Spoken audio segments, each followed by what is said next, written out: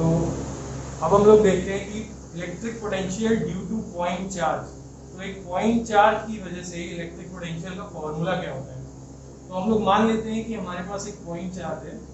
तो ये मैं डायग्राम बना रहा हूँ, आप लोग ध्यान से देखिए। ये एक पॉइंट चार्ज है कैपिटल Q, और इसकी वजह से हमको कोई एक पॉइंट है r डिस्टेंस दूर, इस पॉइंट चार्ज की वजह से r डिस्टेंस दूर ये जो पॉइंट है, यहाँ पर हमको इसका इलेक्ट्रिक पोटेंशियल निकालना है due to this capital Q charge. तो हमको पता है कि इलेक्ट्रिक पोटेंशियल की डेफिनेशन, जैसा कि आपने पिछली वीडियो में हम पढ़ा था, कि इलेक्ट्रिक पोटेंशियल होता है work done in bringing unit positive charge from infinity to that point. Electric potential is at a point is that.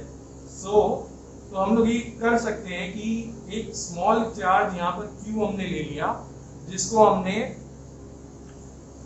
dx distance बढ़ाया। तो इस Q चार्ज, इस पॉजिटिव Q चार्ज पर इस कैपिटल Q चार्ज की वजह से कुछ फोर्स लगेगा जो कि दूसरे डायरेक्शन में लगेगा, ठीक है। तो हम इस Q चार्ज को यहाँ से लेकर, जो अभी इस कैपिटल Q चार्ज से x डिस्टेंस दूरी पर है, इस स्मॉल q चार्ज को x डिस्टेंस दूरी से हम लोग यहाँ तक लेके आएंगे। तो हम लोगों ने कूलम्ब्स लॉ में पढ़ा था कि कूलम्ब्स लॉ में फोर्स क्या होता है, for one charge, force acting on a one charge due to other charge. तो इस कैपिटल Q की वजह से इस Q पर कितना फोर्स लगेगा, 1/4 pi epsilon not capital Q small q upon x square. x square क्या है, distance between both the charges. तो अब हम लोग क्या करेंगे कि हमको पता है कि वर्क डन क्या होता है, क्योंकि हमको वर्क डन ही निकालना है। Electric potential is the amount of work done in bringing unit positive charge from infinity to that point. ये मैं बार बार इसलिए बता रहा हूँ क्योंकि ये डेफिनेशन आपको याद होनी चाहिए। और from infinity to that point तक भी डेफिनेशन आती है विदाउट इंक्रीज इन इट्स या change in its kinetic energy, ये भी साथ में होना चाहिए, ठीक है। तो अब हमने इसको क्या किया, Q को हमने dx डिस्टेंस आगे बढ़ाया इस Q चार्ज को। तो इस Q चार्ज को dx डिस्टेंस जब हम लोग आगे बढ़ाया तो कुछ वर्क डन करना पड़ेगा हमको इस Q चार्ज को आगे बढ़ाने में, क्योंकि यहाँ से ये बड़ा वाला Q इसको अपोज कर रहा है। तो हमको वर्क डन का फॉर्मूला पता है, होता है F work done is equals to force into distance. तो हमने dx आगे बढ़ाया, फोर्स इनटू डिस्टेंस, ये हमारा वर्क डन होगा।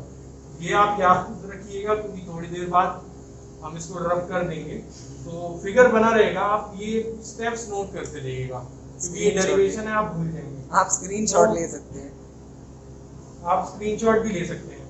तो या तो रोक के आप लिख लीजिए या स्क्रीनशॉट ले लीजिए। अब हम लोग क्या करेंगे, dw में हम f की वैल्यू अगर डाल दें तो आप, ये लास्ट स्टेप होगा, आप नोट कर लीजिए। इसके बाद आपको हम रब कर देंगे इसको। तो 1/4 पाई एप्सिलॉन नॉट, f की जगह हमने रख दिया q upon x square dx। ये हमारा क्या हो गया, dw। तो इतना आपको समझ आ गया, f की वैल्यू जस्ट हमने पुट कर दी और dx ऐसे ही है। तो ये आप याद रखिएगा, पिछले स्टेप में हमने कितना लिखा था। तो हमारे पास dw है, यहाँ पर मैं लिख देता हूँ 1/4 pi epsilon not capital Q small q upon x square into dx। और अब मान लीजिए अब हमको इलेक्ट्रिक पोटेंशियल निकालना है, तो फिर आप उसकी डेफिनेशन, यही डेफिनेशन होती है from infinity to that point. तो ये मान लीजिए हमको ये P पॉइंट पर निकालना है, तो इन्फिनिटी से हम इसको यहाँ तक ला रहे हैं।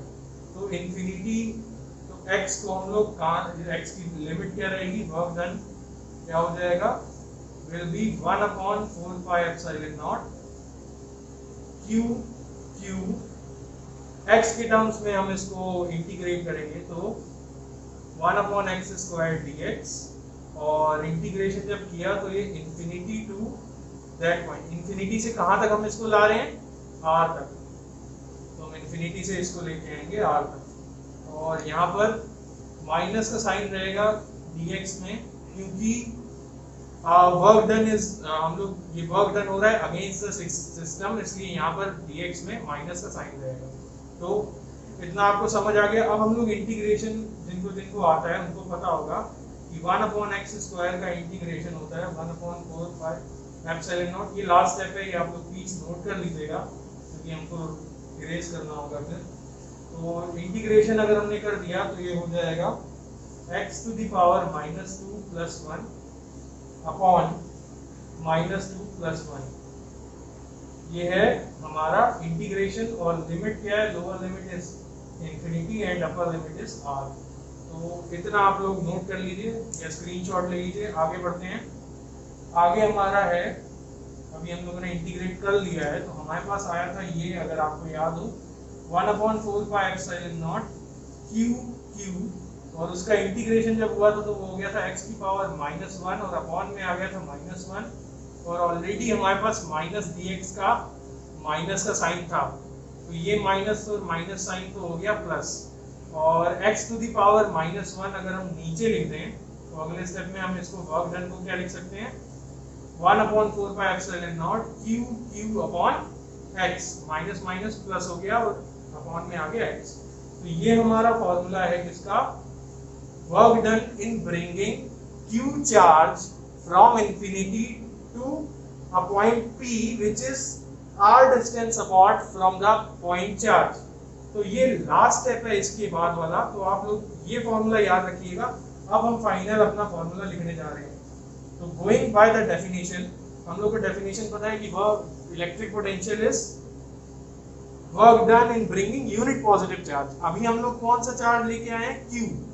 तो अगर Q चार्ज को लाने में वर्क डन हो रहा है, वर्क डन कितना हो रहा था Q चार्ज को लाने में 1/4πε0 capital Q small q upon x। तो ये वर्क डन है इन ब्रिंगिंग Q चार्ज। अगर 1 यूनिट पॉजिटिव चार्ज को लाना है तो अपॉन में क्या कर देंगे हम, Q। तो जैसे ही हम अपॉन में Q कर देंगे, जो कि हम आपने पहले फॉर्मूला भी पढ़ा था पिछले वीडियो में, हमने आपको बताया था V = W/Q। तो ये हो गया, Q कैंसिल हो जाएगा, तो ये हमारा आ गया वर्क डन 1/4πε0 Q/x, और यही हमारा क्या होता है, इलेक्ट्रिक पोटेंशियल, इलेक्ट्रिक पोटेंशियल, ये पोटेंशियल एनर्जी का V। तो मेन फॉर्मूला आपका ये है, 1/4πε0 की वैल्यू आप लोगों को पता ही होगी, ये याद होनी चाहिए आपको, पिछले चैप्टर में भी यूज हुई थी, और ये आपका पीछा पूरी 12th में नहीं छोड़ेगी। 9 × 10⁹ ये होती है 1/4πε0 की value. Q is the point charge, और x नहीं था, R था, हमने प्रूविंग में भी x ही लिख दिया है, तो आप लोग उसको R में चेंज कर लीजिएगा। तो